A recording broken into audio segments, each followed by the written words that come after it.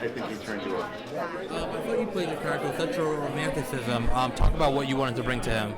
Oh, I just wanted to make him real. You know, the thing about a film that's a kind of genre piece like this is as soon as you're leaning out of the camera and winking at the audience, they no longer believe you. So I just wanted to try and get this extraordinary kind of crazy world feel like it was honest in my head, and then the audience believe you, and then they go for the ride with you.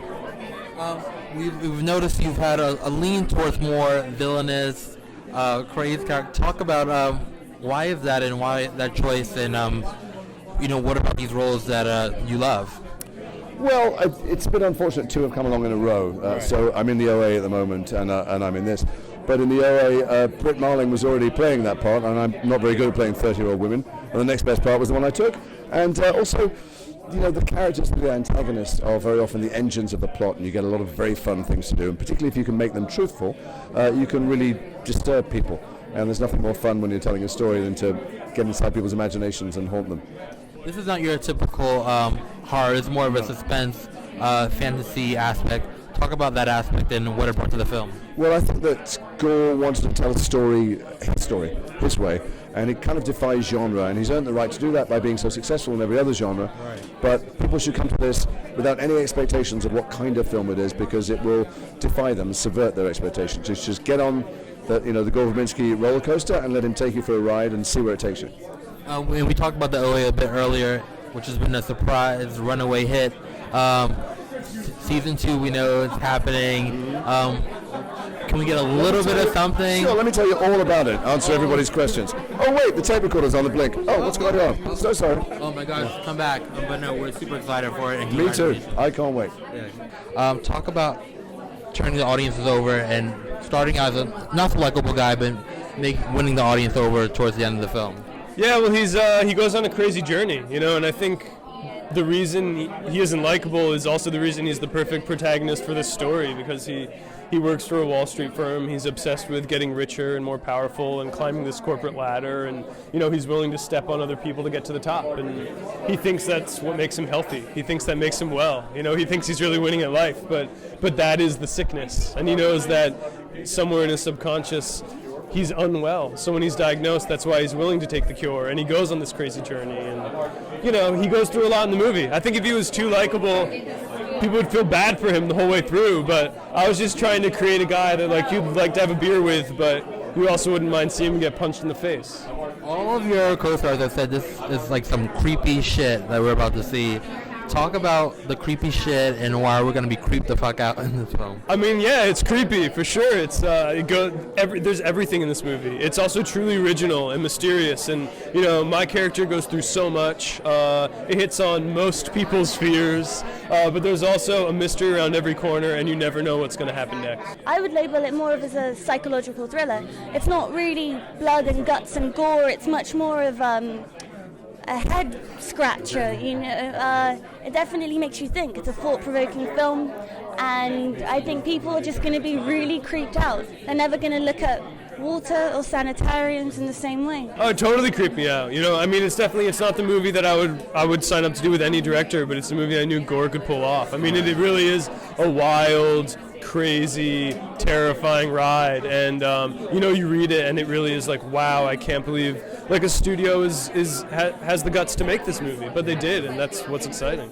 How much fun did you have on set? I had a lot of fun. I don't know if fun is necessarily the right word. It was a lot of fun. It was just very intense also. I think that's the word that first comes to mind.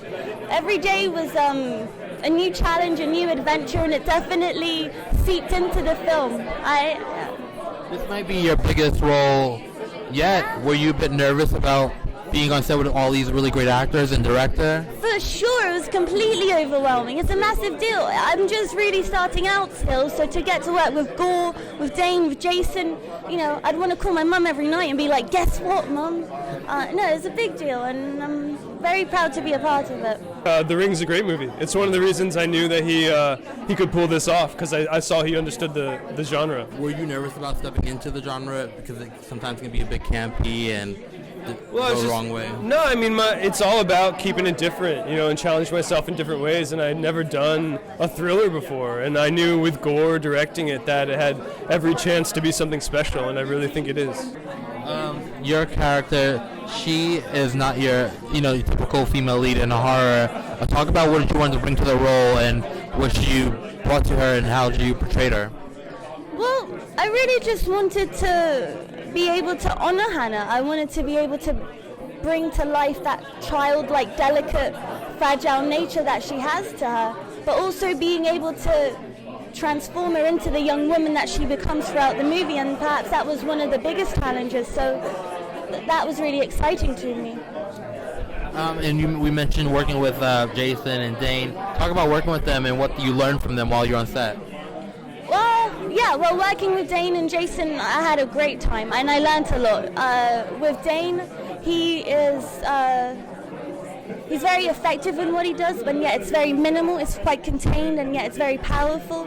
And so I learned a bit about that. And Jason, he's been doing this for a long time, so he would every now and again come into my ear and give me a bit of advice or a tip, and I have kept with it for a while. In what appears to be a beautiful setting, he's a corporate, driven, ambitious, hard-nosed business guy, right? And he's suddenly in this environment where up is down and left is right, and I don't, there's nothing that seems real is actually real, and so there was this journey of discovery.